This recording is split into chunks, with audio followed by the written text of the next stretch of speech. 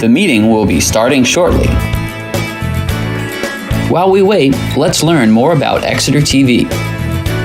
Exeter TV is the town's public and government access channels, available on Comcast channels 98 and 22. Channel 98 is your channel.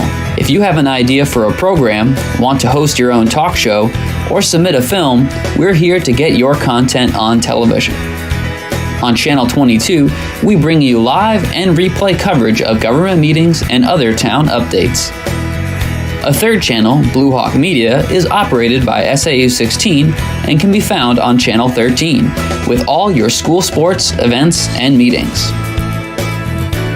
You can watch Exeter TV online at exeternh.tv, Apple TV, and on Roku. Find us on social media for extra content. Subscribe to our YouTube channel and hit the bell to get notified about live streams and new content. Tune in to our platforms every other Friday to watch the Exeter Biweekly Report, with recaps of recent events, updates from town departments, and messages from nonprofits in your area.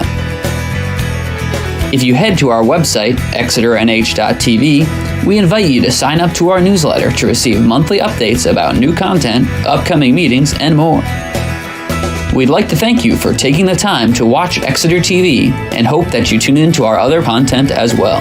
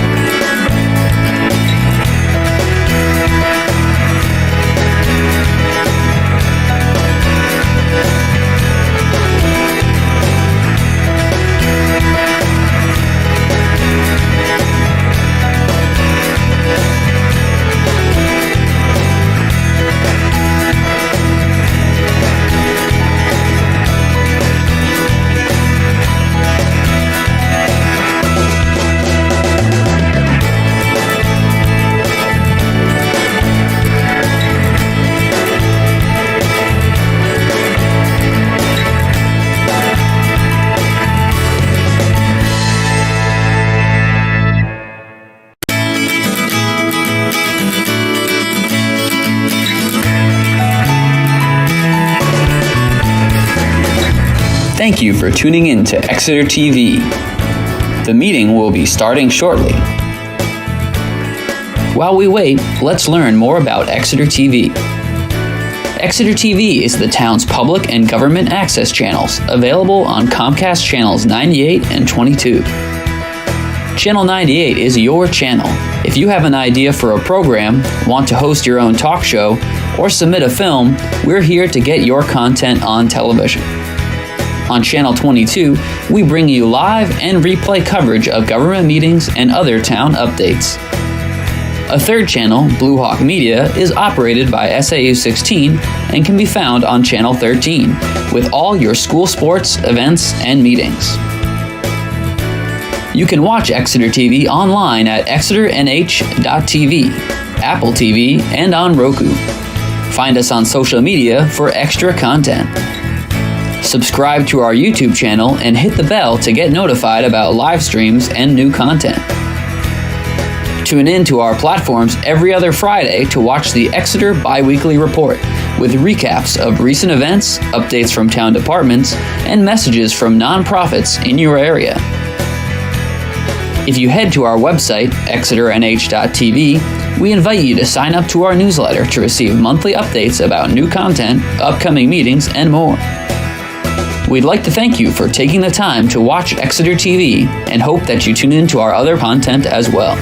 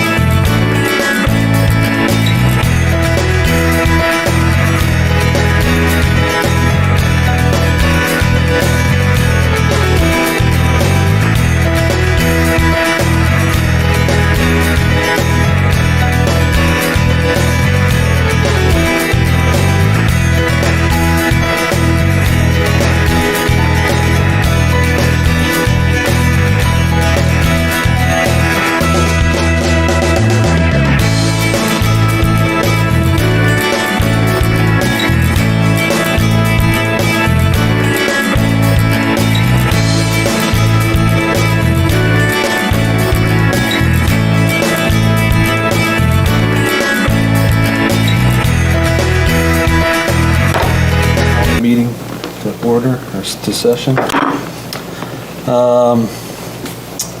All right, let's start with a roll call. You want to bring Amanda up, or? Oh yeah, how do I do that, or? The hidden secret powers that be have probably already heard. They even know her. Yeah, she's there, so I think if she talks, she should pop up on the screen.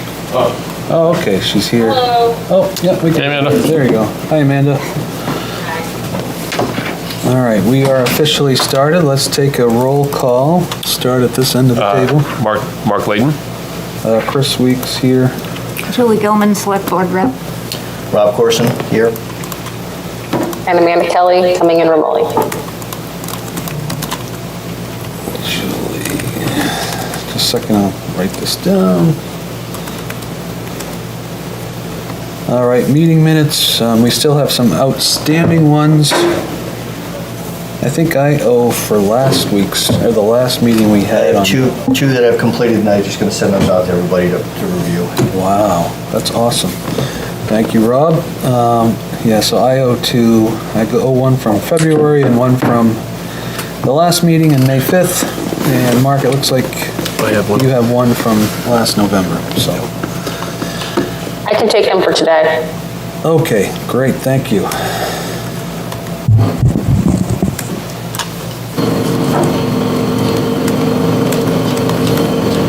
Okay, so I guess we can jump right into facility condition assessment is our first item. Dave, it looks like the one thing you sent us was just the bid results in a spreadsheet, is that right? No, I also sent, I got it right here.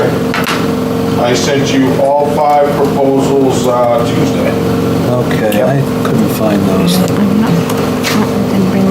Tuesday. Tuesday at 3:40 PM. Yeah. Oh, there it is, right there. So you did. What is the, Okay.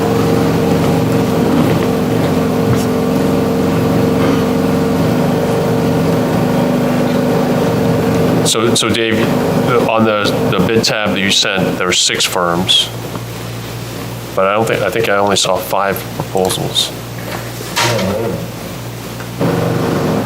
I see 6 attachments. I haven't opened them up yet. Oh, Oh, yeah, one of them came out, it came out weird. One of them came out in the line, and the other one came out okay. but there is, let's see, Raw, Bureau Vita, ISIS, TRC. Yeah, there's 6 of them. But for some reason, it attached one funky, like in a line instead of like a square. Oh, I see. It's not in a PDF document. It's down below. Got it. Yeah, That's why I what missed it. happened there. I didn't go with that. I see. That's why I did not look at that. Roth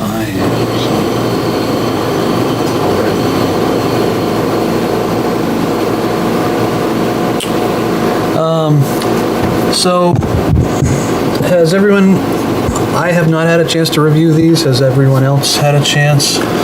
I've reviewed the 5. I have not looked at the Roth. Okay. I missed that. How about you, Rob? Have you had a chance to? I have not. Okay. Amanda, did you have a chance to look at those? So, Yeah, I reviewed them when we got them last, not since then. so Amanda and Mark, do you guys want to kind of give us the overview while Rob and I do our homework and kind of step through them quickly? Do you want to go, Amanda, first? No, you can take it away. Okay. I looked at it quickly this morning, and there's a big difference in the proposal fees, as Dave has highlighted. One suggestion is that we gave them a building list, but I don't think we gave them a lot of information on the buildings. And I think that they probably had to make some assumptions that would impact the fees. And if we want to focus on maybe the lower proposals, if we feel like they're adequate, but then make sure we give better detail on the buildings, and I think that would maybe help with the fee. So, some of the buildings are pretty simple, and I think it's gonna be less time for them to do the assessments than what probably they're budgeting for. So that would be one suggestion, that we do that, and that may be, I don't know how this would work with the town, but focus our time on 2 or 3 firms, and maybe through an interview process, and through a site visit that they can see, and have them maybe update the proposal. I think the proposals that I read, I think they understand the scope. I think one of the ones that were as low, I thought was a really good proposal. And it's just, I think they all have a little different approach. There's one that had a very, very detailed energy audit assessment, which I think was probably driving the cost a lot. Yeah. So I think you can get into some of these proposals and have them break out those costs, like what is the cost of that? It may be a really good thing for the town, but maybe it's not part of this first phase. So that'd be my suggestion, is if we can focus on the 2 or 3 that are close to the budget, and try to work with them to see, through clarifications and some more questions, to see if we can get their fees down a little bit. And where are those ones from? Dave What knows better. country? It would be Roth, Bureau Veritas, and ISIS. And they are from, Roth is from Florida, Bureau Veritas is from Maryland, and ISIS is in Georgia. Yeah, and then TRC is only $1,000 above ICs. So it looks like there's 4 kind of in the same ballpark, and then the other 2 are way above that. So would we just rule out the 2 high ones at this point? They're pretty high. Yeah, they're really bad. The 435, that one's. Maybe so. If they're away, I don't know. A site visit may not be practical. That's what I was going to mention. Yeah. But maybe it's just, I don't know. Maybe it's just talking through the buildings, like just saying, powerhouse is all you mentioned. this is what it is, right? I mean, it's not a lot of square footage anyway, so I don't think it's a Yeah. big deal, but We did give the square footage. yeah, I think it's a little bit more, I mean, well, this would be a question for them. I mean, what did they, like some of the buildings, even though they may be larger than square foot, but it's a garage, right? So it should be a lot less effort for that building than this building here. You know what I mean? So, yeah, so there might be a way for them to restructure that if they have more information. I guess it's an open question for the firm. All right, these proposals are pretty significant, so I'm not going to get any headway in this meeting trying to review those. Yeah, that 40 is probably the shortest one. But if I can rule out two of them, at least we can focus on the four firms. Amanda, did you have any Well, comments? I've just never been through this process before, so my question was kind of what Mark alluded to is what kind of back and forth is allowed at this stage before we, have to do interviews? Can we clarify? I mean, everything Mark just said about, understanding the scope a little bit better and making sure that it's a really accurate quote. Yeah, I had some concerns when we initially put the RFP out and we had all those buildings listed. I was worried that might conflate the proposals. I mean, and originally we'd even talked about maybe staging something and seeing how many buildings we could get done for a certain price. So I think there was initially like 6 or 7 buildings that we were highlighting, town office. Actually, originally, we had 3. Yeah, and I think we were even looking to break that. That was broken Town out. hall, town offices, and then it was The fire station. fire, police. By the time I saw the list, it was I think we just, quite long. That was a list of all the properties. I mean, the issue is, I think that it goes back to what we had put on the RFP as far as here's all the properties that potentially would be, and the issue is if we had said that ultimately we want to focus on these properties as the initial thing, that's kind of how we were talking about how we could phase it so that it would actually come in more on budget versus saying it's 20 properties. Yeah. That wasn't clear in the RFP. No, it wasn't. To say, okay, this is bid on phase 1. but I think we can do that now, though. I mean, I agree. now we know all in, this is the, well, at least if we, with those firms that are there, we know what that cost is, right? Yep. So now, trying to peel it back a little bit, I just don't know what legally we can do with the town if you have to go to all 6, or can you just say, hey, we're just gonna focus on 3? No, I mean, it's professional services. Okay. It's not like we're buying a, model number X, Y, Z widget and, we're a low price, we're getting the same thing. There's some flexibility here to work with folks. Usually, the next step would be select a couple of firms to interview. Yep. And then, or in an interim step, we could call them and clarify kind of what we're looking for and if they're willing, because somebody that put out for, might not be willing to do a 45,000. So Right, no, I agree. That would be something that I'd probably want to Yeah. call each firm and say, are you interested in coming in for an interview? If so, then have you do it via Zoom, so it doesn't involve travel. Yeah, I think we do need to have asked them to, well, I don't know if they need to resubmit, but what would that look like, Dave? Could you just say, hey, we're looking, the scope is going to be less than what we're looking at. We're going to reduce the number of buildings. We've done that at Public Works, when we get bids in that, there's 3 or 4 interested companies, and then we make addendums to the RFP. Yeah. Because the price came in too high for the budget or something like that. Okay. So the other question would be, is that, do we want to target some more local groups that do this, and do we want to basically, Have you seen Yeah, I'm any not of sure who else there is. so there's on-site, in-site, which they're in Massachusetts. Didn't everyone push it out to companies locally? Didn't we? Again, I think that's something that I said I was going to do something and I didn't do it, so I will claim and own responsibility for not doing something. But I think there are some other local, Massachusetts-based groups. So Onsite Insight does a lot of work for the VA. They do a lot of this stuff, and it's I've work with them on 2 projects, and they're, So is that a good next step, is just to try to push this out a little bit more to see? I don't know whether that's possible or not possible, Dave. It is. I mean, I would recommend we just reissue, because it's not fair to the firms that, I'm thinking about that. to go and like selectively say, oh, okay, it's closed and bring it in, but I would just maybe clarify I don't know. Well, before we do, if we go to, so could we still interview a couple and Yeah. because, I mean, maybe where there's going to be a base fee no matter what the square footage is. Right. I mean, and each firm is going to be different on that. And then maybe this will help us restructure that we could go back out, but the RFP is a little bit different on how we're asking the proposals, and these guys could still resubmit or something like that. But I mean, I think that the thing would be is like, asking some questions like, what is that base fee that you have to even start, if it's 50,000 square feet or 180,000 square feet.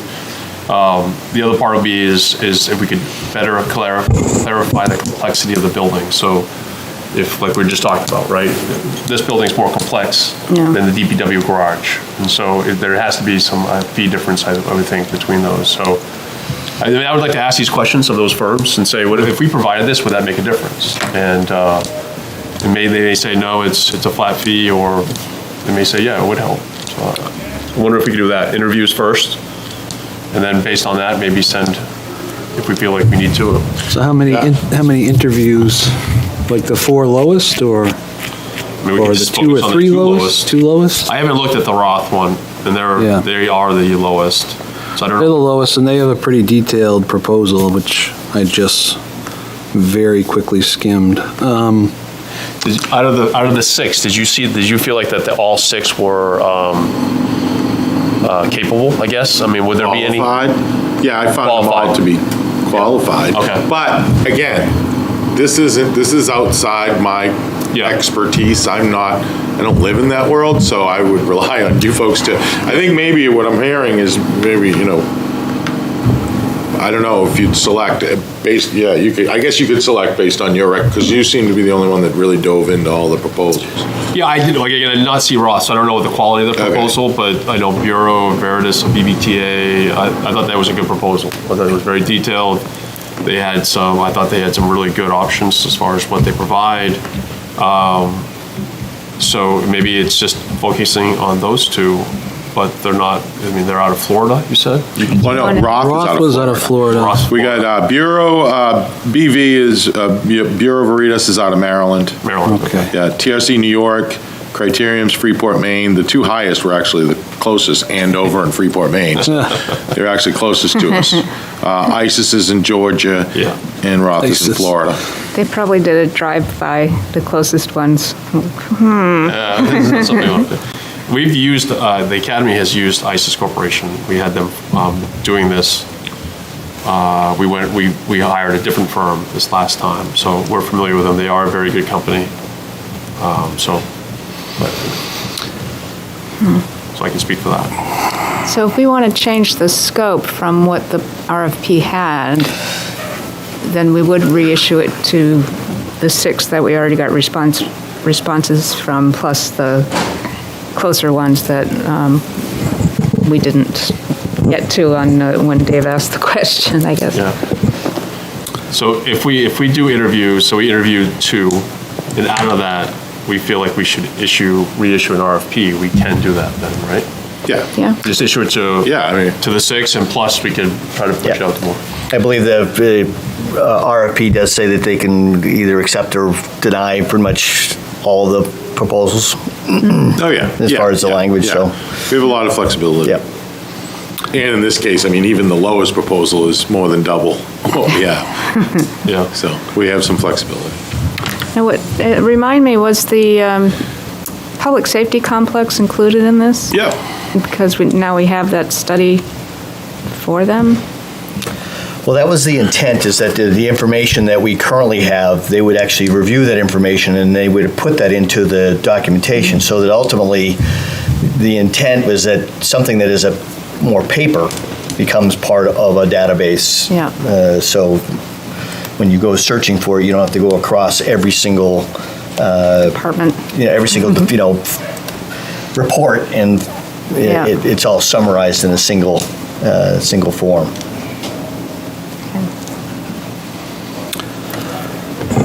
Okay, so I'm trying to figure out what the next step would be. So, Mark, you're thinking maybe we should interview the two lowest? And Dave, when you contact them, what would we say? Would we say, okay, we would like you to interview, but we also have an amended scope to reduce the price?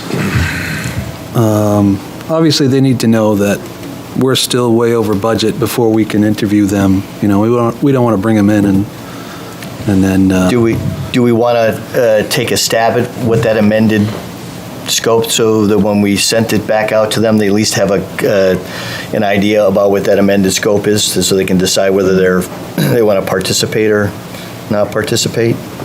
Yeah, I think that's a good idea, Rob, because then at least we'd have a minimum amount of square footage that we'd really like to have done. Yeah. And I feel like there was 6 or 7 buildings, you know, like the main player buildings in the town that we had identified.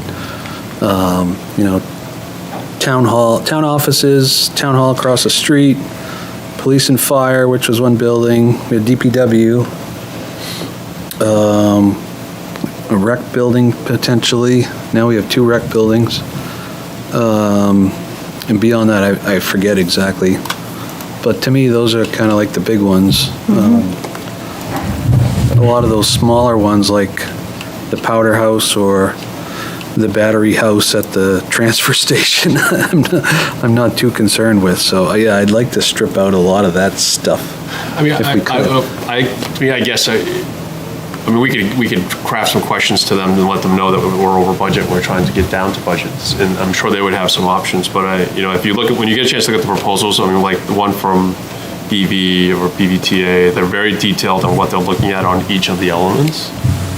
And so, like, they have a section on elevators and public transportation. So, are they making an assumption that all these buildings have elevators, or are they, or not? You know what I mean? So, I mean, they're going to be doing plumbing, they're going to be doing whatever it is, and so, I mean, literally, some of these buildings won't have those elements, and so that's where there might be opportunities by us, you know, clarifying that gets the fee down, and maybe where we ask them to do a lot of things that we could maybe table, like the energy conservation analysis.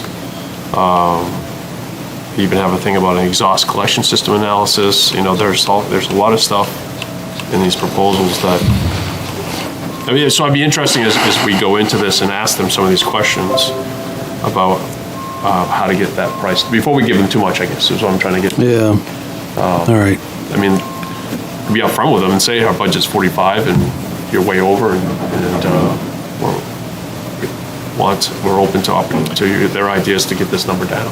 Yeah. So. I mean, is that the step that Dave would do? That's the next step for Dave, would be to let them know that, or should we interview next?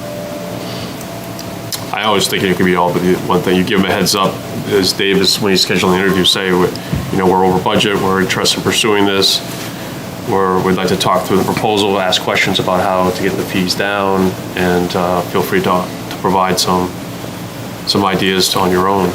And I don't know, I mean, you can do it a bunch of different ways. Yeah. So, I mean, that's why before we go too far with us saying, cut this, do that, it'd be interesting just to talk through some of this stuff first. And, How they made their decisions about the cost yeah. without really being here.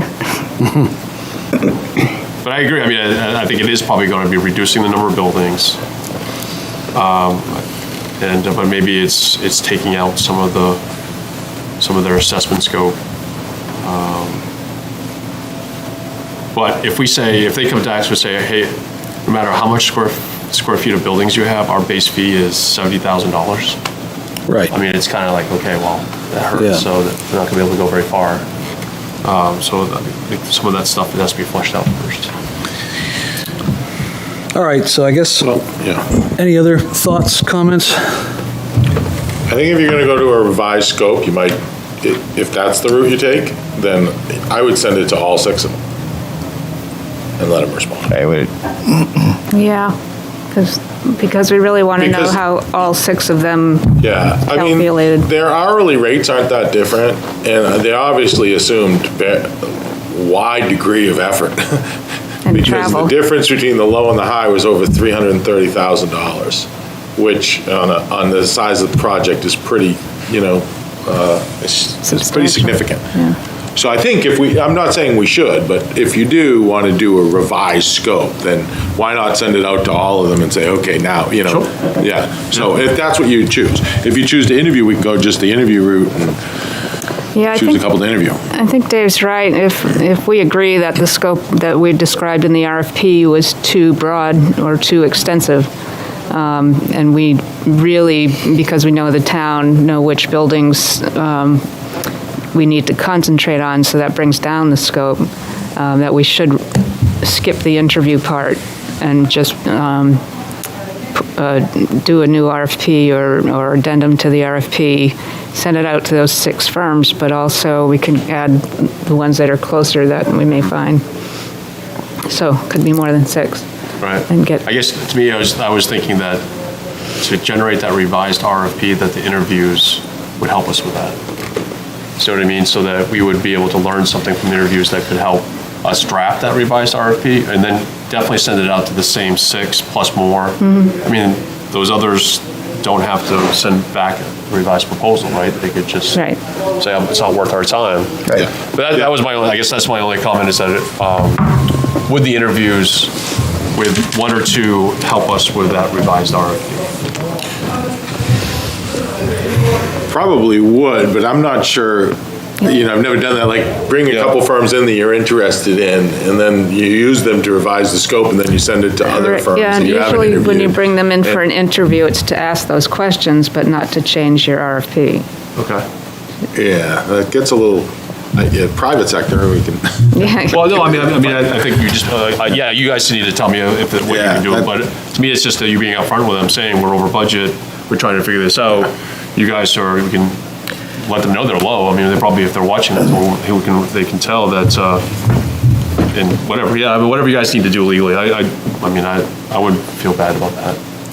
I guess I would say that, going back on that comment, is that we should look at taking the information, and distilling it some more, and then sending it back out to folks in the 6 plus whatever, and then people can decide. And literally, we could be upfront and tell them what our budget is and what our goal is. Our budget is X. Our goal is to start the process. This may be a multi-year phase scenario, and that those who don't want to participate. I mean, if I'm in Florida, if I got to send a team of 5 up to New Hampshire, guess what? $45,000 is going to be gone Instantly. day 1.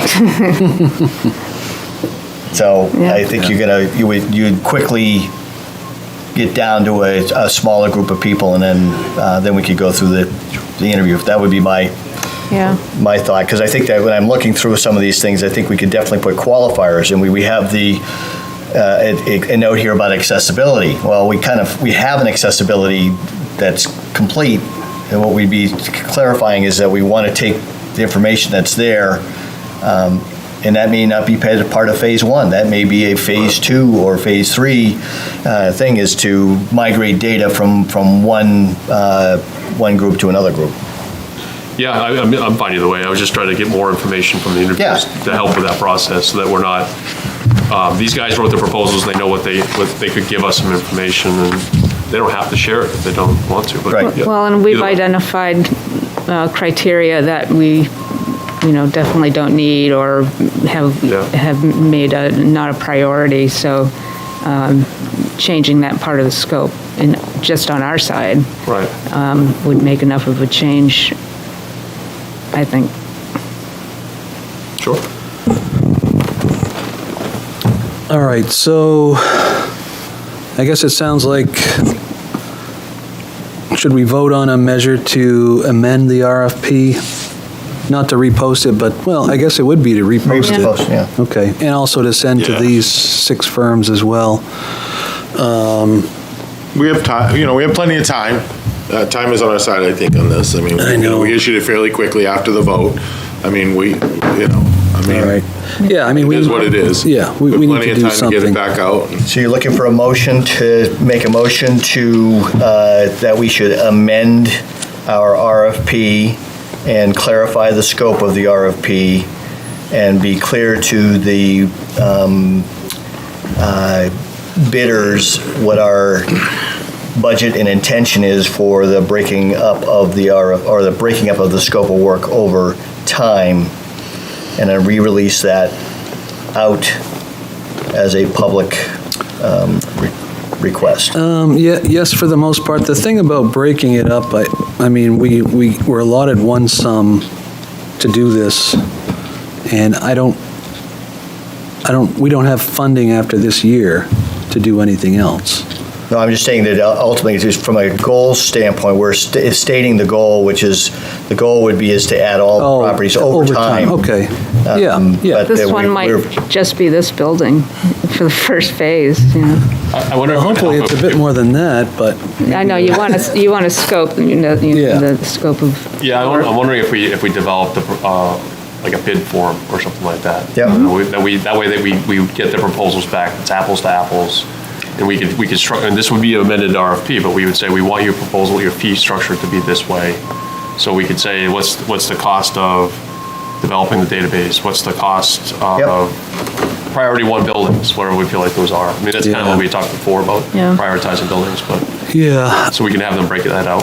The other thing we can do in the RFP is direct them to studies we've already done that we have online, like the public safety complex, what there is for that. The DPW, we've got the public safety, we've got, Town office report, committee report. Right. So it offers some history to the buildings and. I mean, we referenced those. Did you? Well, like the 2015 report. I don't think we referenced the public safety complex in the RFP, but your point is to make them available, right? They say this. The RFP says this was done. We want you to use it. Well, then we can say go to this. We want a higher level, Yeah. Please look at this so you can understand what's there. In like the public safety complex study. I don't think we've done anything on the Parks and Rec on Court Street. That was part of that building facility assessment that they did in 2015. Okay. It was pretty Sad. Wasn't a whole lot that they had on that, but that was part of that. They did that. They pretty much did most of the buildings were done in that report. That what the heck's their name up in Concord? Oh, Turner? Turner, right. Yeah, Turner report.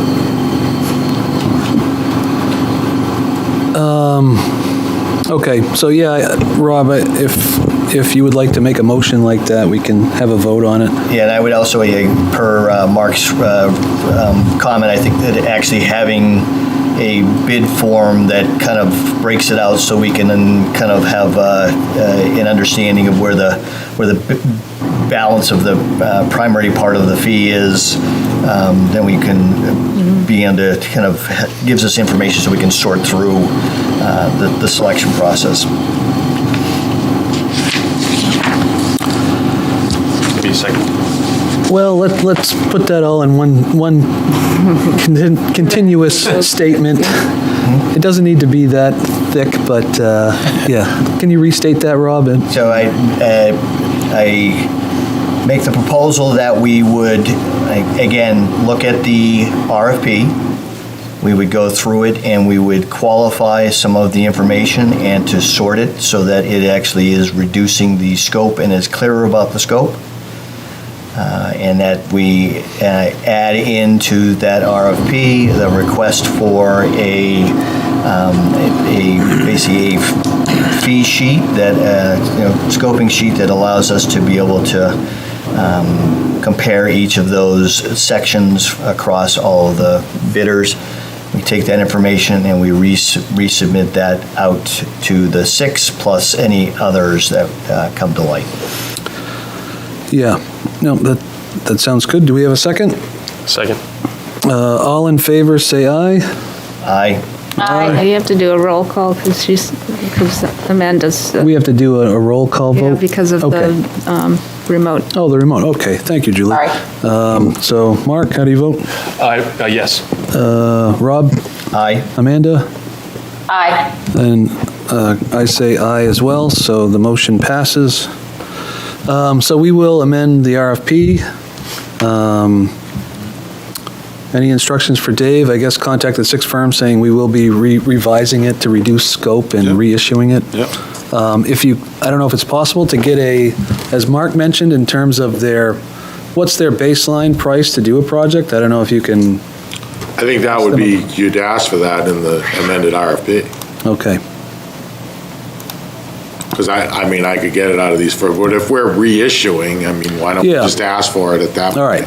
Yeah, I'm just curious to know if the 45 is a bar too low to go for them or not. It doesn't look like People GIS submitted anything on this too, huh? No, and they were sent. Yeah, I know. Directly. I had talked to the guy there, Kevin Flanders, about it. Yeah, we did send it out to some local. I don't know about the one you just said, but we did push it out there to some firms we knew. Yeah. And we got one, actually, that we, sent it out to. We got one to, come back. That was the one in Freeport. So our homework will be to review the proposals that we have, and then to, I guess, individually, we can mark up the RFP and send your markups to me, and we'll consolidate them and hopefully issue by in 2 weeks for our next meeting. Okay, and I think that's it for any other comments on the facility condition assessment. Nope, okay, let's move on to our next agenda item, which is Public Safety Complex. This is another one, Dave, I apologize, I haven't read through the vast volume of material you sent a couple of days ago. Yeah. Well, I'm sorry, Chris. Pardon me? Sorry, Chris. I have a hard stop right now at 11:45 to just go to an appointment, but I hope we don't have to vote on anything else. Well, we can, if you're gone, it's okay. We have 3 people for a quorum, so we're okay. Okay. All right. But I'll finish the notes from the video and I'll be caught up on the video. I appreciate that. Thanks, Amanda. All right. Thank you. Sorry, everybody. Bye-bye. That's okay. Bye, Amanda. Bye. All right, so Dave, what is going on with the Psc study? As you know, this committee issued a letter. I don't think it was ever dated. The one I have always still says March XX. I haven't seen one that doesn't have the XX, so I'll go March XX, Well, unless there's another one. it came to the select board as correspondence, not as a agenda item for us. Yeah, Yes. but I don't know, I'm just referring, that's the one I have. All right, was I've got it March open. XX. I've got it open now, Dave. Okay. So the committee made, several points, some things just kind of more, you should do this, not related to, like community input, get community input. So I went through all these line by line and I responded in red text in response to everything that was asked. At this point, I'm wondering, does the FAC committee support or looking for a recommendation on where we're headed? Because the committee said, look at basically the big picture. The committee said, we looked at multiple site options. One of the biggest things in here when I got the committee letter was looking at 3032 Court for a police station, not staff's decision to make. Took that and whether a fire substation gets built at Continental or not significantly impacts the next steps in how we move forward and how we look at 20 Court. In particular, because the fire programming came out and I'm using rough numbers here, I don't have the, 21,000 square feet for the fire program to satisfy, the program from now for, the next, into the future, next 20, 30 years. So that square footage is needed. So if we build a fire substation out on Continental and 6,000 square foot substation, just for rough numbers, out on Continental, then 20 Court Street, we only need 15,000 square feet. It's not like, but if we don't, then we need 21,000 square feet. Follow me? It's not like it's, you need this for the main station plus a substation. The substation takes away any square footage on Court Street. So how do we move ahead with Court Street? Well, we could just do multiple options with or without a fire station, but that didn't make sense. So I went to the select board to answer look for direction on two specific questions. One was 3032 Court for a new police station, and the other was a fire substation out on Continental. We also presented that to the public forum on May 4th. The select board was pretty clear that they did not feel 3032 Court Street was a viable option to pursue as a new PD. So, okay, diverted that. Then the other night, they looked at it, heard from the chief, and I think it was unanimous that it was worth continue to explore a substation on 6 Continental. So that's where we're at. Holland Way was in the picture. You know, we had multiple, sites, the Holland Way site, but that got removed, and now I know a lot more. We were cursorily knew that there was a surface water treatment plant back in 2004 that didn't go anywhere. So that, 18 years of idleness. But we're like, okay, let's explore that. But now that has come more to the forefront. We just had a meeting with DPW. She's looking to move that into the CIP at some point, possibly this year. Not this year for funding, but move it in to the 6-year CIP, in that time frame somewhere, because of the condition of the surface water treatment plant located over on on Portsmouth Ave right now. And this would be an ideal place to locate it. So it kind of took Holland Way off the table. Really left us with 20 Court and 6 Continental. Don't see any, unless you wanted to purchase property. So kind of it's funneled down to that, but I really haven't heard from the committee on the support on that, like the support for that. So I kind of wanted to, because that's where we're at now. We're looking to move into more beyond conceptual design of these sites. And I just want to get a reading from the Facilities Advisory Committee on where you're at. Can I just ask Dave to give a quick overview of how that public forum went? Yeah, I mean, we had about a dozen folks attend. We pushed it out. We got a press release, published in the Exeter newsletter. We put it on our website. We pushed it out via email. We sent to all the land use boards, yourself, this board. I mean, pushed it all out there, select board. I'm not sure the interest or, sometimes controversy gets more interest. But 12 people showed up. A couple people spoke, including, Rob over there. Yep. I thought it was positive. We got positive feedback. Really no feedback specifically on a substation, not substation, or downtown. So, but I thought it was all positive. People there felt, there was a bunch of, the people that were there didn't, only a couple commented. So. Yeah, I thought it was very well done. Good job, Dave, for setting it up. And I think the chiefs did a good job of really explaining the whys. And I think that was, very, very well done. And hopefully a lot of people either go to the website to watch the videos that are associated with that, that. I still think, unfortunately, I didn't go to the select board meeting, but the idea is that not exploring the current site, the current Parks and Rec site, I don't see what the negative value in exploring that at this point in time as an option to explore, and then present that to the public so the public can actually have to say, look, ultimately people did explore it. It's a town-owned property. It's adjacent to it. It has the infrastructure that's associated with the downtown. I think that it has a lot of the possible uses. We've talked about this before, so I'd rather eliminate it after we go through the next level versus eliminating it now. But that's my personal opinion, and that's. I know that it's ultimately the select board have reviewed it and made a decision on it. I think it's too early, me personally, because we're really because what was probably primarily presented at that meeting was really only have one option, which is the option Dave just described, which is the place down at, on Continental Drive with the substation, and then either renovation or new facility here on Court Street. That was the only option that really ultimately came out.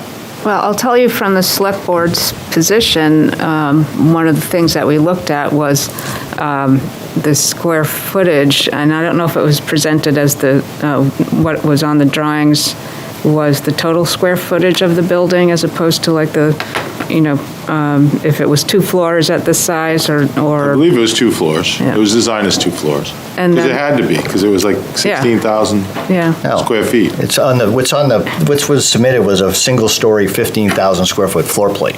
Yeah. So. Or which one, the police? Oh, maybe. Yeah, Okay. down here. So that's what I actually said. That's the 6th Continental. That's why I said ultimately, and go ahead, sorry, didn't mean to interrupt. That's all right. It was kind of randomly placed on the site, and that's fine. Yeah. But it didn't provide enough parking and, space for police officers to park. And also it did impact the historical building that I personally would just say, no, we can't use that site. Right. So again, I'd say that obviously the historical building, that's an individual person having an issue with that versus a community, the whole community making a decision. And when you deal with an urban environment where you could potentially put parking underneath the building, a good portion of the building, that it would take care of it as it would be a 2-story building versus a single-story building. So what I'm thinking is that ultimately, it's not to say that it wouldn't be thrown out, but you're doing is that we're not allowing the public to have any kind of view of this and to sit there and say, yeah, you're right, 100%. The butter doesn't really want it, and it's a historical building. We don't have a plan for it. As opposed to, so I think it's something that should be explored, and then the town folks and the people that are out there make the final decision versus us at this point saying, no, it's a non-starter. That's my opinion.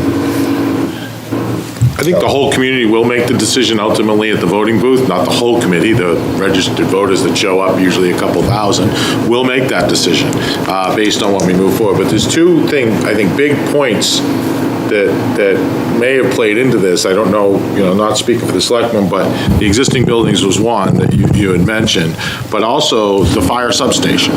We have several studies that recommend a fire substation that improve the quality of service.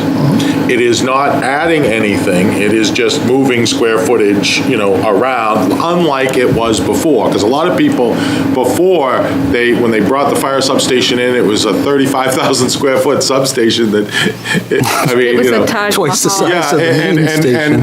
twice the size of the existing public safety complex with police and fire in it out there. They were proposing adding 12, firefighters, so it was it almost can't even be compared. It's not a This is substation. taking square footage that's needed down here and putting it over there as part of a construction project, so the economies of scale. It's not like you're building new somewhere else and, and not getting those economies of scales.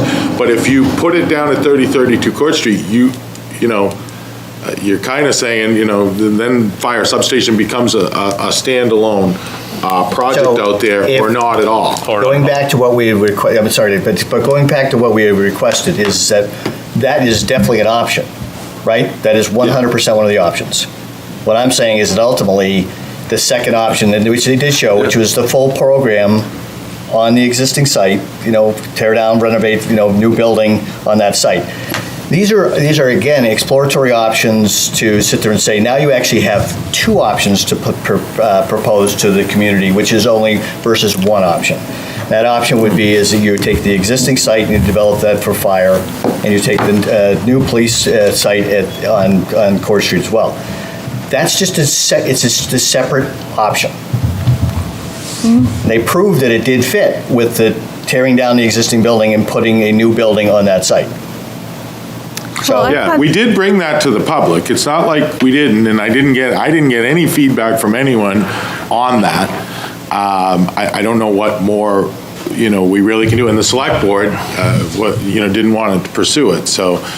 Well, I thought, and, aside from the building, the old high school building, I thought what was represented to us was that the site deemed by the consultant as inadequate. Yes, oh yeah, LaValle Brensinger does not recommend that site due to its size and constraints. But just on that though, I mean, that came in a little bit towards the end, right? So I don't think they put a lot of effort in.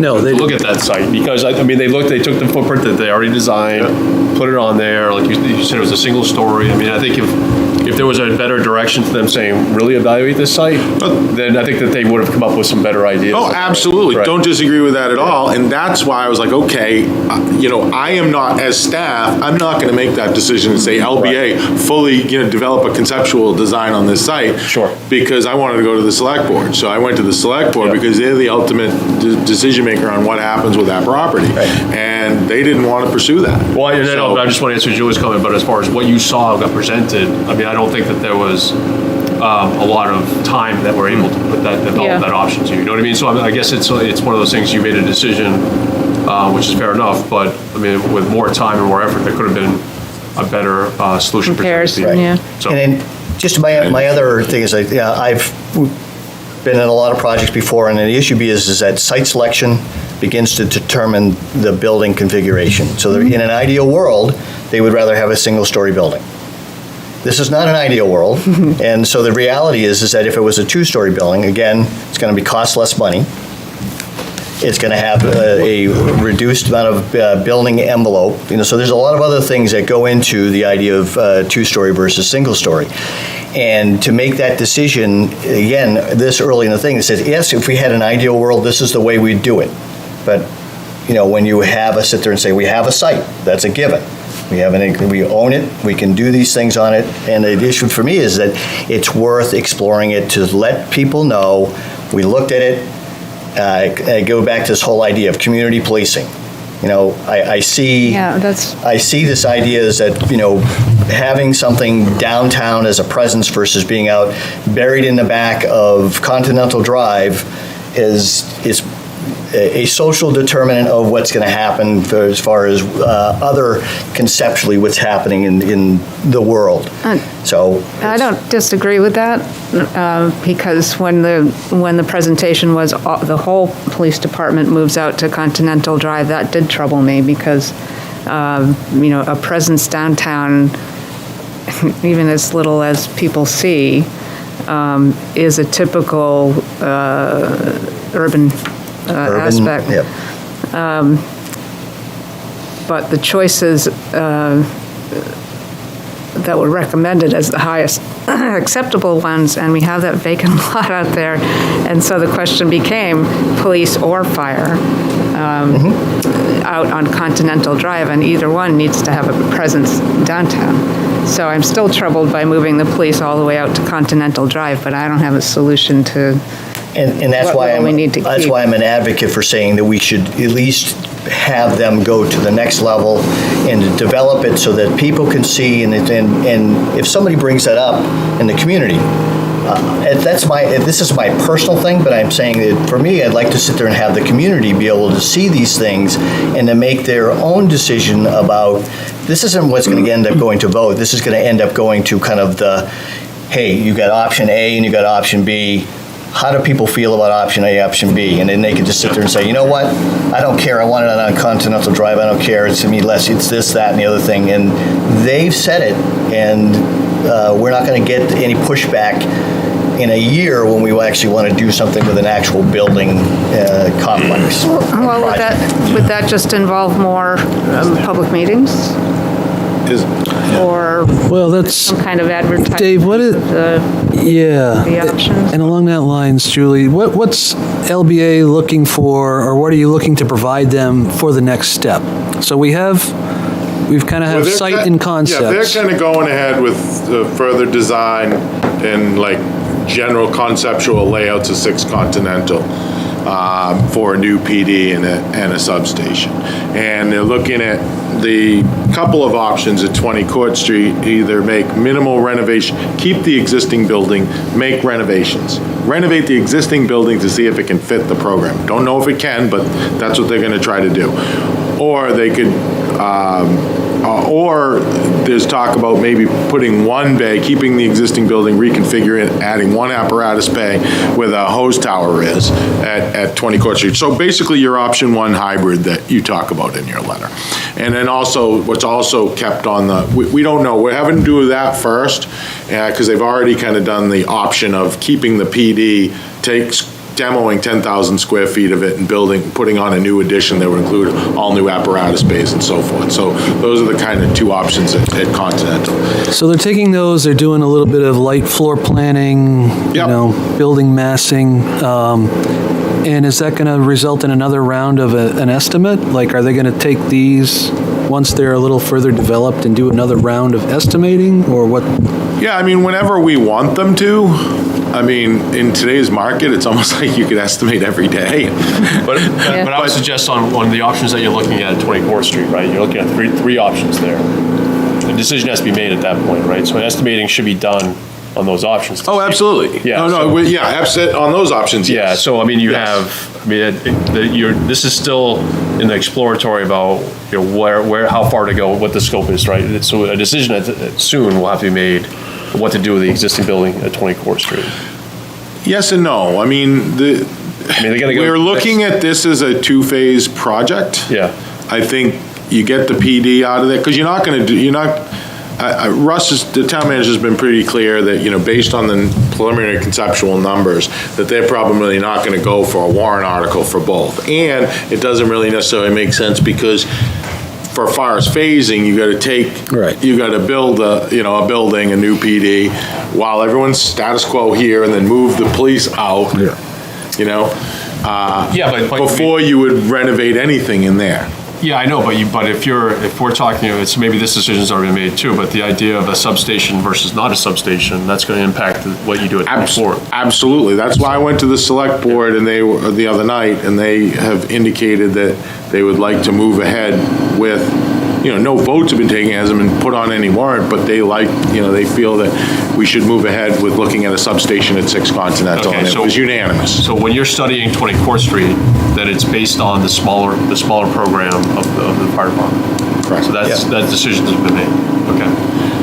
Well, I don't know, ultimately, but yeah. You're gonna keep spending dollars to look at studies if you don't give them direction. So Absolutely. So if they're only going to be looking at 18,000 square feet instead of 25.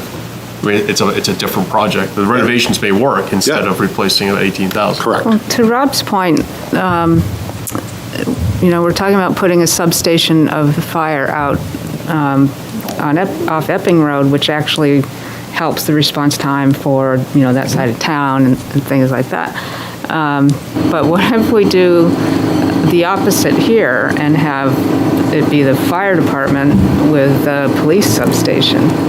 And I don't know how that messes with the square foot and whether it's an addition or. Which one? Police, say that again. I can't hear the jackhammer. Yeah, sorry, what are they doing over there? I don't know. At 20 Court Street, we're talking about that being the full fire department and, either redesigning or demolishing, or whatever. But what if we have a hybrid version like we are suggesting off Epping Road?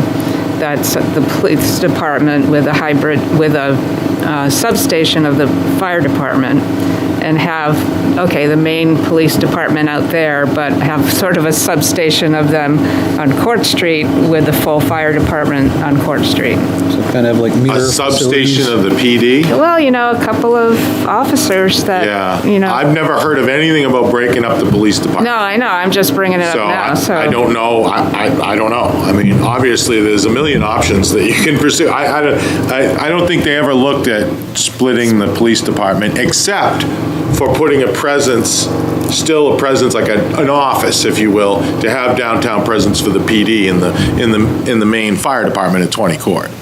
Not building a new, PD substation.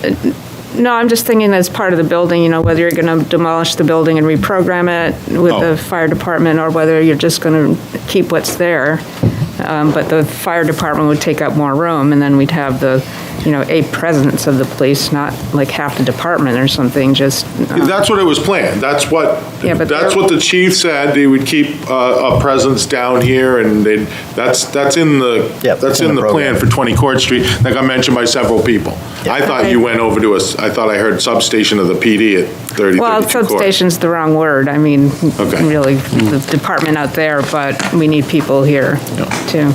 So it was already thought about for 20 Court They Street? said it would be some office would be, Yeah, they said as the part of the wheelwright program room. of the Court Street building is an office, a presence, an office that would be in the program for the 20 Court, yeah. Yeah. So I'm not sure, Dave, what you're asking of us as a committee, but I would just like to echo that I agree with you, Rob, that I feel like that the Parks and Rec building, what is that address? What Court Street? 3032. 3032 should have been looked at more.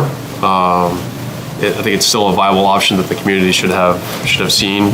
It's probably, we maybe can make that as a committee recommendation, but the select board sounds like they've already made a decision, so maybe it's for record that as a committee we felt like it's a missed opportunity, but so I don't know. But what does that look like? Because it's a because I think, is it the reason, because the town purchased the site in 2010 for public safety use that's 2 acres. It's a really good site for it, and that we don't have any uses there. We have a site downtown with multiple uses and multiple buildings, and much smaller size, about 1/3 of the size of the place we own. The police has made it clear that they're not a response. They're not a fire respond from a central location. They're out on patrol and respond from around town. So it really doesn't necessarily geographically, operationally affect them of where their, headquarters, if you will, or department is physically located. So is it the desire, when you look at those 2 sites, they're like, okay, this site is just much better site. What is the reason for looking at this downtown 3032 Court? Is it simply, and I'm thinking it's simply because to keep the police downtown? Is that the only reason? I'm going to speak to my opinion, Rob. I think you said it already. Is that I feel like that it's the town of Exeter benefits from the police being downtown. Okay. I think that it's a significant benefit to the downtown area having that presence. It's there now. I feel like, but I understand and respect the abutters' comments and situations. So I don't live downtown, so I understand that. Right. So I'm not discounting that. But I feel like that it adds to the town of Exeter the small urban feel of having a police presence downtown, having a large presence. I just feel like that it helps to that. Beyond just the office and. Yeah, I think that's a great compromise. I don't know what other uses, if Parks and Rec moves to this facility out, what they purchased, I just don't know what other uses that we're going to have for this site, right? This is my only recommendation is that it should have been studied a little bit further. Okay. And I'm not blaming the Valley Benzinger. I'm just saying that it came late. They tried to save money, took an existing floor plan or footprint, threw it on there, and then made some comments that it wouldn't work. I just think more effort could have been done to say, in order for it to work, this is what would need to happen, and it might have been more costly. But then you would have saw, hey, it's a 2-story building with maybe underground parking, and it makes sense. No, it was a 2-story footprint. It was 2-story? Yeah, that's what I thought it was 2 stories over there. Yeah. And it says, in an FAC meeting, I'm in an FAC meeting, did the PD sketch at 3032 Court show 1-story PD? I just asked LBA that, and he said, no, it was a 2-story footprint. That's what he's telling me, so I'm confused. Let's look at it, but. Yeah, I'm gonna say, because it's a 35,000 square foot lot. So if it's 7,500 square feet, that doesn't seem to be, that graphically doesn't make sense. It'd be great to go back and look at it and sit there and say it, and I'd reiterate the ideas that ultimately, again, you could have covered parking, you don't have to worry about maintaining a lot of the things. You could do a lot of other creative things in a more urban way. It's a pre-developed site. It's not a greenfield site. It's a brownfield site. It's already been developed. There's our sustainability reasons why you'd begin to look at redevelopment of that site versus redevelopment or newly developing a site on Epping Road. These are the things I've been asked to do. When we go out and do these studies now, these are all the criteria that are being used for us to sit there and drive at, there's a sustainability goal, there's an energy goal, there's a, site utilization, there's a social. So these are all criteria that I've been involved in, and so it's just one of those things that would be good to see some effort into saying, you know what,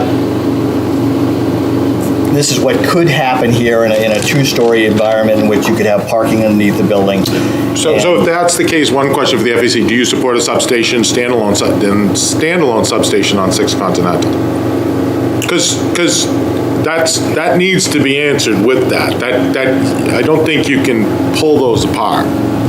Again, what I saw, and correct me if I'm wrong, but that there's one of the options that they showed that we have is the full program for police or for fire on the existing lot. Right. Correct. No, what I'm saying is, no, I understand that. I understand you can make it work. What I'm saying is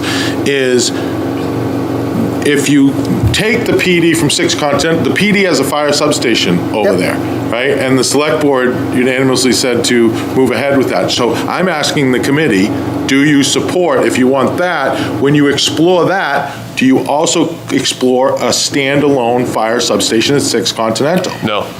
No, I don't. Okay, that's. I think I heard that, but I didn't hear. When these options, I'm speaking for myself, not as a committee. When these options were being presented, right, when we had the meeting and we talked about 3032 Court Street, it was with the idea of fire departments staying where they are, full program in that existing building, whether it's replace or renovate, right? That needed to be explored, and then PD moving to the. That was what my opinion was. So operationally, I mean, the fire chief has been pretty clear. Operationally, the response times they get to like 80-something% now. They get 95% of people being out there. Yep. That would be it's a status quo. There's been a lot of development out there. They've had several hundred residential units, commercial buildings, a lot more commercial square footage has gone out there. But there's no operationally. You would say don't move forward with that. With that option, you're right, David. That's to me is where you would lay out like the matrix that was developed at the beginning. You lay out the options, say here's the advantages of having that option that you're talking about, right? You'd have option 1 would be 18,000 square feet of fire department, a police and substation out on Continental. That's option 1. Pros and cons. Yep. Option 2, fire department stays where they are, 25,000 square feet. Police over here. Pros and cons, and then the community can look at this and say, well, you know what, and then you have costs, and then you have that was all costs. done in the summary of options. But my point is that they didn't look enough at the 30 Court Street property. That's what I'm saying is that they didn't have time, and that they could have looked at it more and developed a little bit more of a better option. They could have. That's all my whole point. They could have because they didn't, because it wasn't originally proposed as a potential site. Right. Because of the buildings and because of the existing, because of the size. But then we did accommodate that, and they looked at it and they recommended. I don't know what level of effort he put into it. That's exactly. I'm absolutely agreeing with you that it came together quickly. It was an add-on, and so my point is, and I think it's Rob's point, that more time. If it was pushed and we're giving them the direction to say, look at this more, then a better concept could have been developed. We may be in the same place. Julie may have said, no, I'm not going to support it because of this, but you would have seen a better option. Yeah, no, I get what you're saying, and I think at the time it wasn't an option because we hadn't the offer on Hampton Road. Right, this all came together quickly, right? That came up, then that was supported. So I'm not blaming anyone, Dave. We had already. By the time I went to the select board, Hampton Road was a done deal. Right, but before we started when we went out to. Correct. When we went out to an RFP, So I guess, I think the select board already made a determination. So the FAC, I don't know what you got. What you want. I think that we're venting. I think that it sounds like that we're just for record saying that we. Okay. I'm suggesting that this is for. But given the reality of that, do you support what is being proposed? You know what I'm saying? That decision has been made, so are you saying, well, since you didn't do that, you're not going to support the project? I mean, I don't know. I guess is what I'm asking, because I need to move forward with this. And I think that as I said, the presentation was very good. They made a compelling argument for the whys that things need to happen. And I think that I still, and I said it that night, I'm in support of the project. I think that something has to be done. Yeah. Something has to be done. There's no going back. So I think the reality is we're basically slicing the cheese very, very thin here. And I'm saying it's just be nice that the community was able to sit there and say, I was presented with two things versus one thing. And I think this is going back to successful projects, is that if people don't have choice, then they usually grumble. And I think the idea is that giving them the opportunity to have a choice lets them, say, well, I chose this because this to me is a better option. Yeah, I'm trying to follow that. I understand that, but I'm like, how does that play out? Because you don't put two warrant articles to say, hey, we're gonna, you want this or that. I think when we put together the RFP originally, we talked about having a series of public meetings in which we would present the first phase of it, and the second phase would be taking those options and developing those further, having another public meeting, and then whatever was the consensus at that second public meeting was what was going to go to the next warrant. It would be what would go on. So in other words, if we go to the next meeting, the two options are developed a little bit more. In my world, you would actually develop two things. You'd have, some pictures, renderings, things like that, and you present these two options, and people come in and say, well, we really like option A because it does this for us, and then option B doesn't do it. So option A is our direction forward, and it's the decision made. But that's tough. Then you're putting the decision into, say, 12 people show up for that second meeting. It's like an old town meeting. Staff, fire chief, the FAC, the select board that are intimately involved, bring two projects, 14 people show up, 8 people say A, 6 people say B, and it's A, despite the fact of the fire chief, the police chief, the select board. I mean, you're not going to get 15,000 people to show up and all, I'm just confused. I've never done it that way. I'm not saying it's a bad way. I don't see how that, like, you present it to the public and say, okay, A or B, and then you let whoever's in the room decide. I don't know if you can make a decision, but you get feedback. Well, that's what I'm hearing. Well, You get feedback. I think the issue is that not offering, because we usually, If we hear more of the negative from one thing and the positive of another, then that's something for the select board to consider. But ultimately, the select board makes the decision of what goes on the warrant, and we have to decide, have the discussion about, what you heard at that meeting, and, people can make petitions and, Well, that's what I think. I thought we presented a bunch, we look at a bunch of options, which we did. Multiple options on multiple sites. Quite a few options if you add them all up, because, there was different, 3 or 4 different options for each site. So we develop all these options, and then you say these options, but then a preferred alternative comes out of it.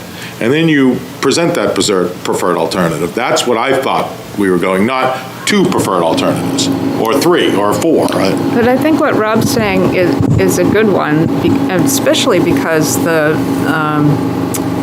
our situation as property owners changed between the time we put out the RFP and the time we got the answers. So a new public comment period, whether there's only 12 people or, maybe we'll get more because we've added this option, because people are asking, what are you going to do with that property? So, presenting a new thing and, as a public, in a public forum like we did before, whatever the turnout is the turnout. It's same like the old-fashioned town meeting. You get 50 people and they make all the decisions for 13,000 people. Well, you're saying do it more elaborate, because we did that. We presented that. It was one of the options presented at multiple public forums. I think what I'm hearing, and because I'm very specific, sorry, I'm very because I need to, what I'm doing is trying to take away information to what do I do moving forward? What's the next steps? And I need to be clear on that. What I'm hearing is we presented that as an option. It's on the thing. It has the pros and cons, but I'm hearing it wasn't enough. So it should get more fully developed and then re-presented. And I think that's what, if in my opinion, and what we put into that letter was a recommendation to do exactly what we just said, which was to look at it in more detail a little further.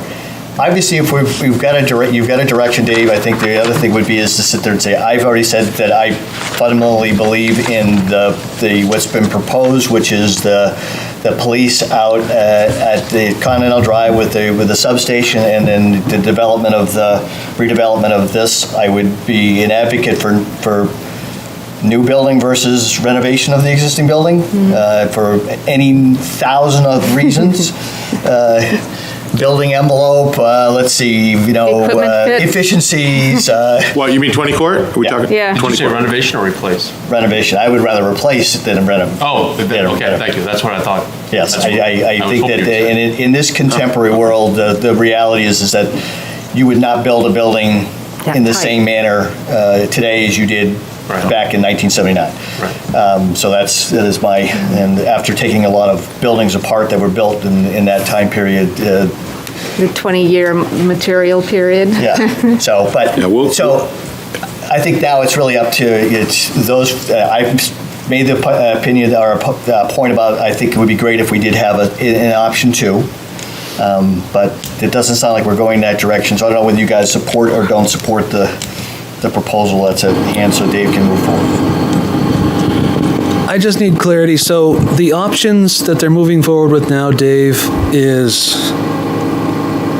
Continental is a done deal right No. now. Wow. It's police and fire substation. That's it. That's, I mean, Yeah. I don't know, done deal is a little early Okay. to say in the Well, process. you know what I mean as Solid. far as. But like just based on, because we only have, options aren't unlimited. It's a you know? solid option, is what it is. It's an option that, okay, it works, it was there, LBA's, saying, okay, it's the least expensive option, out of the ones they looked at and conceptually budgeted.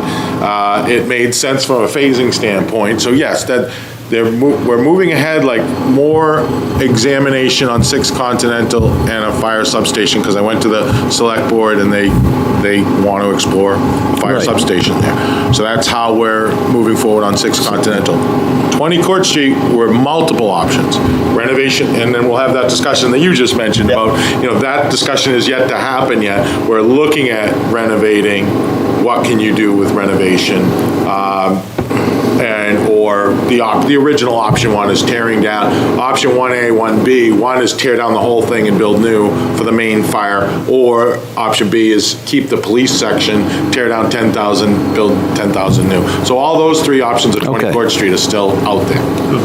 But based on the smaller program square footage, because you have a substation. Correct. Right. That's the Correct. big Based deal. on the 16,000 instead of 21. Right. Because if it wasn't the substation out here, it'd be 21 down here, and it would be much different scenario.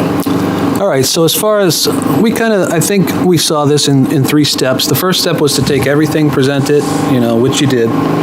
Then the next public meeting or public interaction would have a reduced number of options, maybe 2 or 3. And then from there, I thought that it would emerge as to what the preferred option would be presented at the last meeting. And here's our preferred option, here's all of our associated data and cost estimates. That was my interpretation of the process. So I think that's true, but then a third location came up. right, yeah, and I'm just saying we're at step 2. We've kind of presented everything. Now we're at step 2 where LBA is working on refining a few options, it sounds like. And so I guess the question is do we support that? And then, I guess what Dave has presented, do we support that? And then above that, do we want to make an additional recommendation to relook at 3032 Court? I mean, just at least to be on the record, even if the select board has already said. So we've made that recommendation already. right? We did, It's in the yeah, letter. so we would have to Well, I mean, I think- recommend. But to our understanding, the select board has just made that decision that they don't want to pursue that option. So to me, it sounds like it's us as a committee, for the record, saying that. I mean, we already made a recommendation to look at that further, and it's been decided not to. Okay. And I thought one of Peter was championing a hybrid where there was no substation. Right. No, his whole thing was he could get behind the substation out on 6 Continental if we only do minimal renovations. It's right in the hybrid yes, one. right. And we are looking at that. Well, good idea, bad idea, we'll get there. We'll Well, I have think that we discussion. revised- But we were like, so what can you do with the existing, and how long? Can we get for another, squeeze another 20 years out of that building? I don't know, I'm not saying. I think we But that's what kind of revised- the thinking was, if you go in and renovate it for X, but we don't even know what that costs yet. We're exploring it to see what it's gonna cost. If it comes back and it's, 7 million and you could build new for 9, well, then, So just as one of the things that was really presented very well at that meeting was the reasons why the building doesn't meet their current needs. And a lot of this had to do with the bays and the cost of the cost of the vehicles, the standardization of the vehicles and things like that. So again, I would say as we're exploring these things, the criteria that was presented need to be kept as the criteria that the whys. Why do we need to do this? Why does it need to happen? Versus just being, we got to reduce the cost. We got to reduce the cost. We got to reduce the cost. And police gets a brand new police station and a substation, and it's because okay, well, if we're not going to get all of it, then yeah, I could live with that, right? But can the community live with that? And that's the thing. We revised Peter's verbiage a little bit. We didn't say with minimal renovations or none to the fire department, because the rest of us, I know I was not on board with that at all. well, that's what you said in your letter. I'll read it. Okay. So, the FD, build a new 18,000 square foot PD headquarters, but now that's down to 16, or even under 16 now when we went through the drill.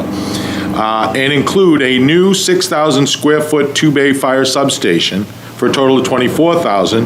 Move the PD from 20 Court Street and turn over the 7,000 square foot PD spaces to the FD at that location. And this is the key sentence.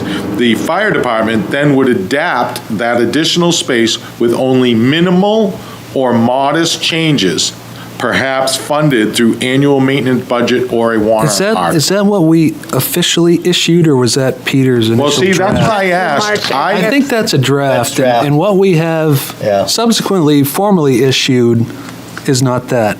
Well, no one ever gave that to me. I think we did, or at least it did? was in the packet. It was in the packet for the meeting. Okay. Yeah. All right, it doesn't matter one way or the other. Yeah. The reality is that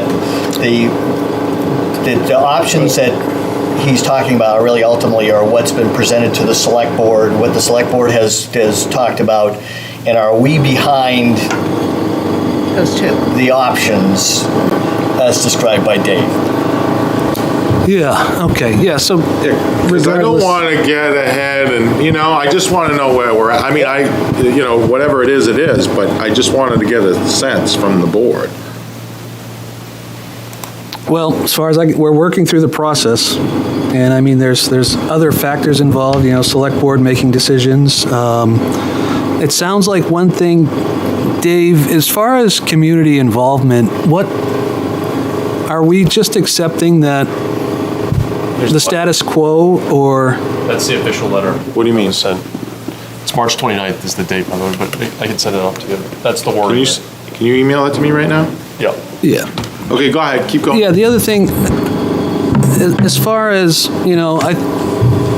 I'm used to more community involvement in some of these decisions as well.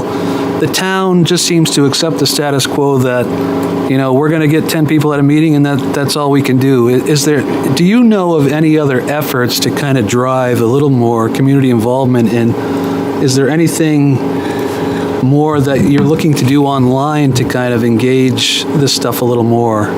Yeah, I mean, we have we created a communications advisory committee, I think for solely that purpose, to push it out. They've been meeting, and I think we've had this discussion at this, is I'm open to any suggestions. What else do you want us to do? I mean, we put it in the Exeter, and I don't think I'm succumbed to, 12 people are going to show up. I've been doing this a long time, and it varies. I mean, for the master plan, people were very interested. When we talk about, topics that people want, topics, traffic, pretty much broad, varied topics, we got several hundred people to attend those meetings. I think almost 400 people. So I think it's just the topic.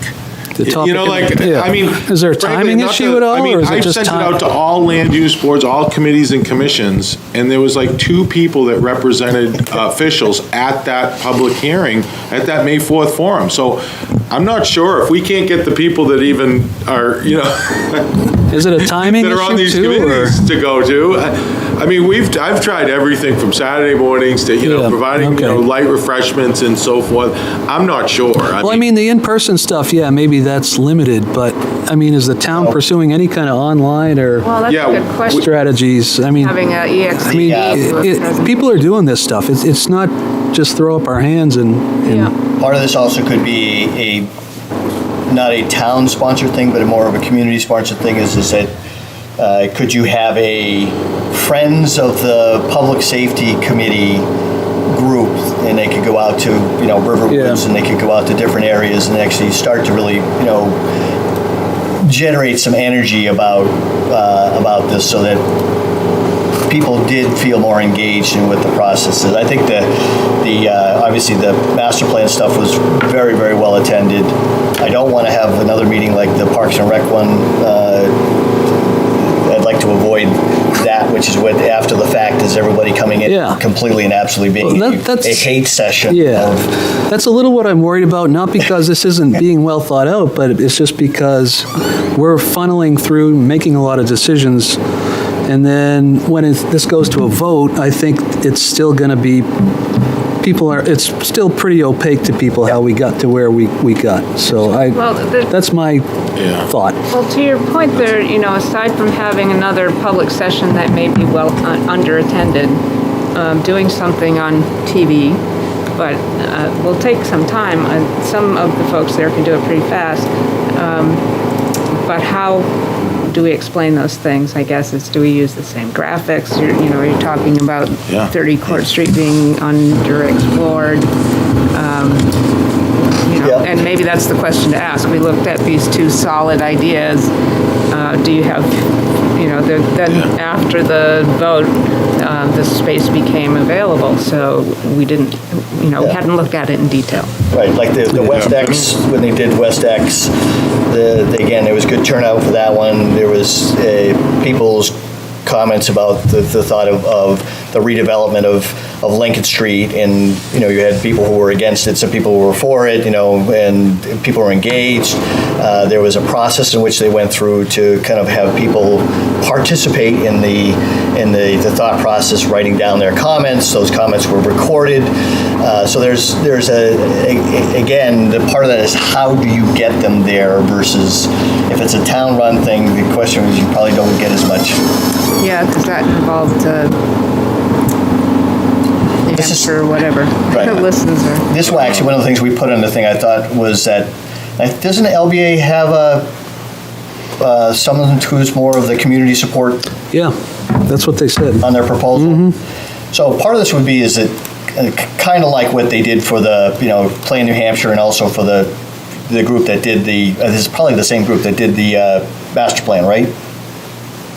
That was the group, Horton. Well, Horsley Witten Group did the master plan. Yeah.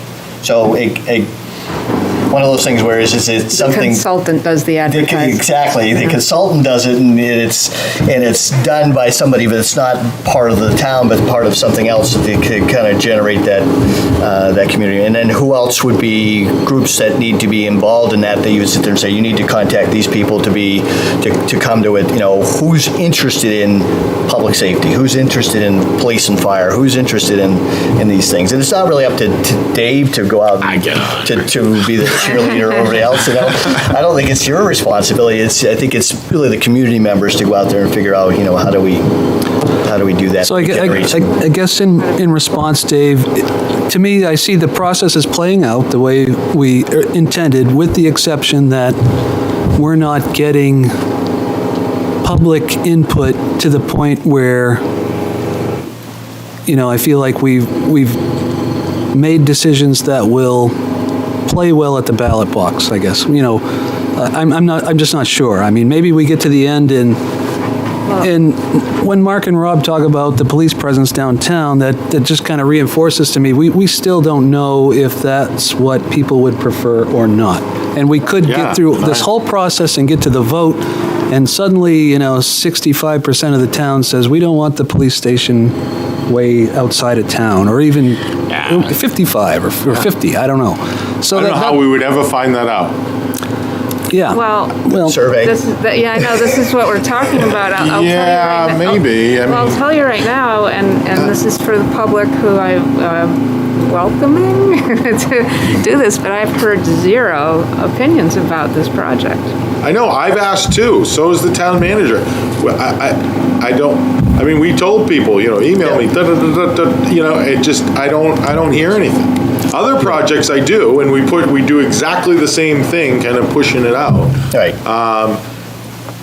But, I don't know, in the town, 16,000 and we get 2,300 to vote, I don't know how, it's, I don't know how we'll ever know, how we'll ever know. Yeah, all I'm saying is, as far as my opinion from the committee, I'm pretty agnostic on the sites and the options at this point. It's more what works for the town and what the town people will support. So, and I'm hoping we get to the end of this and we do land on something that the town will support. I'm just not sure if we're doing that currently. So I'm not sure how we know that until March, whatever, next year.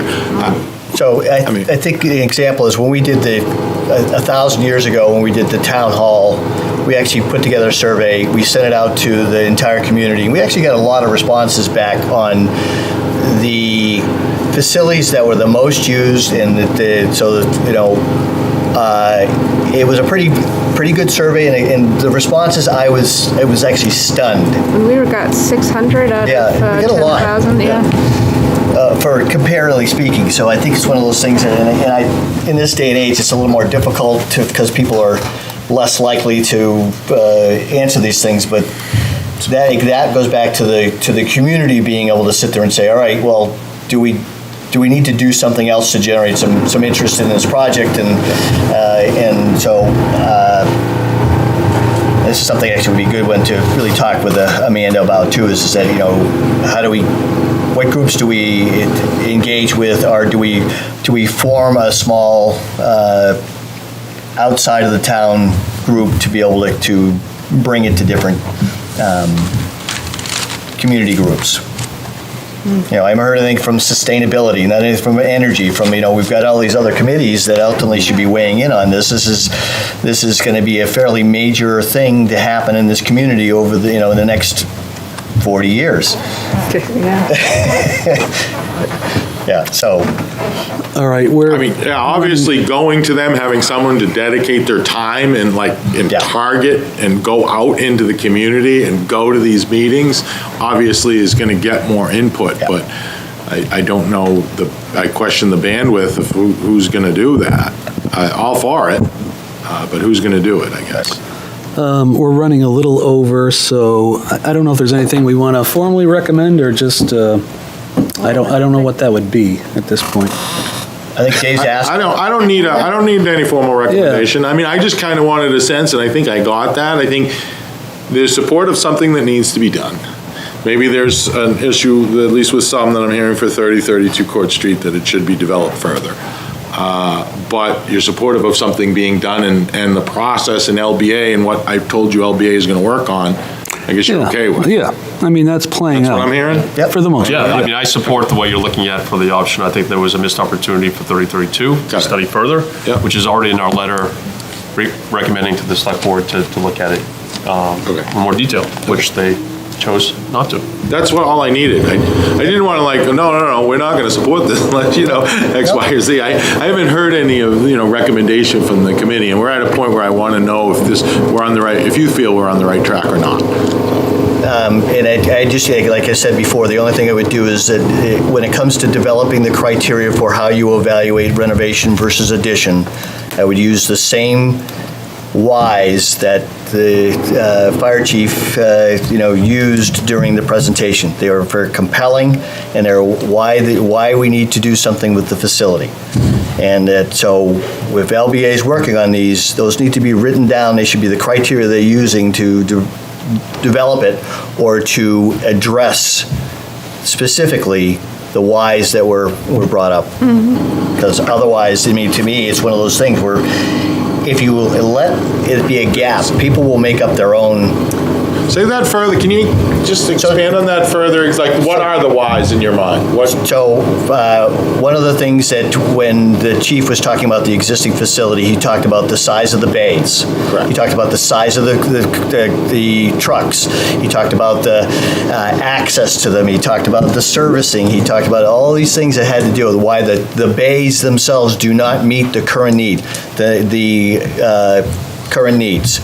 So if we're backtracking on some of the things that were the criteria, it becomes a little less impactful when you say, well, yeah, we could live with this. Well, then why can't you live with renovating the existing building and staying there? Why can't you live with maybe less? So I'm just... It's the police department. I just had a lot of conversations with the chief, and a lot of those issues he believes are solved with the substation, because there's 2 additional large bays. He has a tanker and a ladder truck that's inadequate for downtown, and if he's got that space for that. But then he also talked about, remember what I said earlier about possible tear down of the tower, the hose tower, and put a bay for a larger, because a lot of the bays are adequate for their smaller engines. It's okay, but it's just not adequate for the ladder and the tank. Here's my thing. So adequate, right? One thing for us to say, ideally, we'd like to be in a single-story structure, and that's what we're going by, a single-story structure. And then I hear, oh, well, we can't do 2 stories because it's not ideal. So when I hear adequate, I hear this kind of, you're Skimping. It's not consistent. It's not consistent with what. That in some cases we could go with adequate. In some cases we have to have ideal. Okay, it meets the requirements or meets some sort of. Yeah. It meets the standards. Yeah. Instead of adequate, I'll say meets the standards. Right. And that's what I said. Just make sure that if you're saying that these are the reasons why we're doing certain things, that you're addressing those, so that when people have a comment about it, you can sit there and say, well, these are how we're addressing those comments about the, why we're doing something to this building. Never mind the age of it, the operation, which is what we talked about from a town hall side of things many years ago.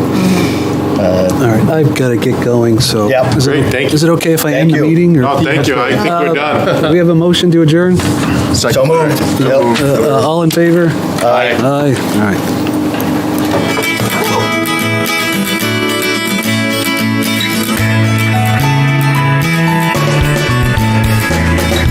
Thank you for tuning in to Exeter TV. Exeter TV is the town's public and government access channels, available on Comcast channels 98 and 22. Channel 98 is your channel. If you have an idea for a program, want to host your own talk show, or submit a film, we're here to get your content on television. On Channel 22, we bring you live and replay coverage of government meetings and other town updates. A third channel, Blue Hawk Media, is operated by SAU 16 and can be found on Channel 13, with all your school sports, events, and meetings. You can watch Exeter TV online at exeternh.tv, Apple TV, and on Roku. Find us on social media for extra content. Subscribe to our YouTube channel and hit the bell to get notified about live streams and new content. Tune in to our platforms every other Friday to watch the Exeter Biweekly Report, with recaps of recent events, updates from town departments, and messages from nonprofits in your area. If you head to our website, exeternh.tv, we invite you to sign up to our newsletter to receive monthly updates about new content, upcoming meetings, and more. We'd like to thank you for taking the time to watch Exeter TV and hope that you tune in to our other content as well.